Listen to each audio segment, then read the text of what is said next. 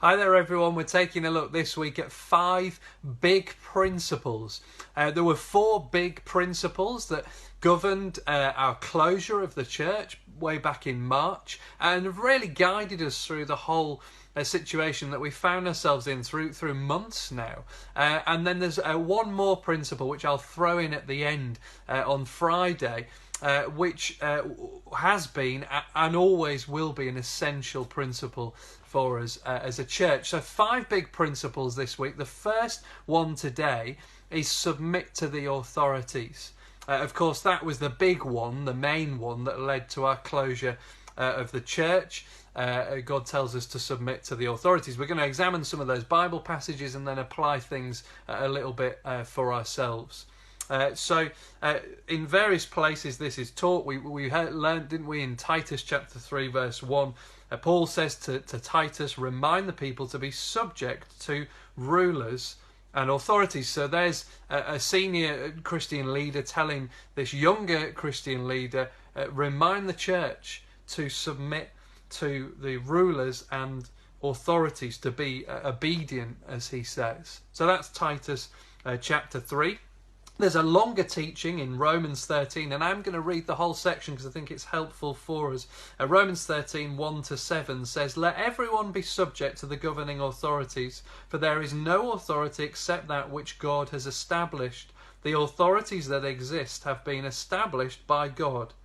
Consequently, whoever rebels against the authority is rebelling against what God has instituted, and those who do so will bring judgment on themselves. For rulers hold no terror for those who do right, but for those who do wrong. Do you want to be free from fear of the one in authority? Then do what is right, and you will be commended.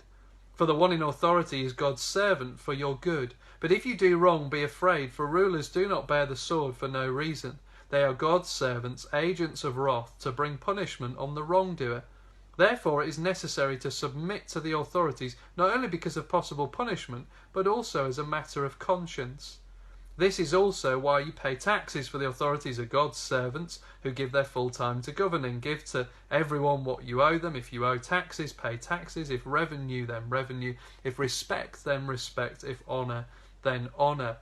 That's Paul's teaching there in Romans chapter 13. And Peter also teaches a similar thing in 1 Peter chapter 2. He says, submit yourselves for the Lord's sake to every human authority, whether to the emperor as the supreme authority, or to governors who are sent by him to punish those who do wrong and to commend those who do right. He concludes later on, show proper respect to everyone, love the family of believers, fear God, honour the emperor. So you see there, throughout the New Testament, different authors teaching that we ought to submit to the authorities. Now, are the current measures and restrictions too tough? Should we disobey them because they're too tough or for some other reason? Now, of course, people have different opinions and different political views and all sorts of different ideas about different things that have happened in our society, and that's entirely legitimate. We ought to have different views among us. But what I did teach from Matthew 22, where Jesus talks about paying the poll tax to Caesar, is that the situation there was far more severe and far more offensive than anything that we're facing at the moment. What we have to weigh up, of course, all the time is God calls us to submit to the authorities, but there are situations where Christians will have to disobey the authorities in order to obey God.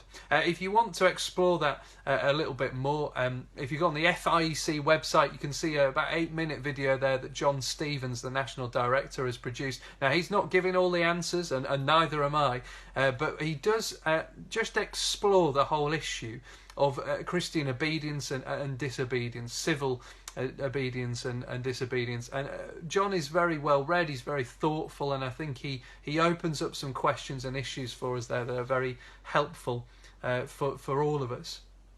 Often in this whole discussion, I've heard Christians around the country really saying things that they don't like, certain things that the government are doing, or they find them to be inconsistent. Well, those aren't adequate reasons for us to disobey. It's a little bit like me with my kids. They might not like what I say, but they ought to do what I say. they may find things I do inconsistent. Now, I need to work on being consistent, of course. That's my responsibility. But actually, they should still obey me, even if I have been inconsistent, because that's the authority structure that God has given in that particular situation. Now, of course, it's different when we think about ourselves and the government, because we're engaging in an adult debate and we're able to debate and discuss and have our different opinions. It's a different kind of authority structure, but it's an authority structure nonetheless. What can we do in this situation? Well, we can petition, we can ask, we can make representation to our government. One of my old vicar was involved in that, and not long after that we were able to start meeting together legally as churches. I've signed a recent petition that's been signed by hundreds of church leaders throughout the country. Now, I signed it with some hesitance, and if you want to know why, please get in touch and chat with me. But it was a petition to the government. We were petitioning, writing a letter to the Prime Minister to bring our view, our point of view to his attention. You can watch an excellent YouTube video of a minister explaining what's going on there with that letter. If you type into YouTube, interview on Sky News about keeping churches open, the Reverend Dr. Ian Paul speaks really well, I think, there as a Christian in speaking to the media.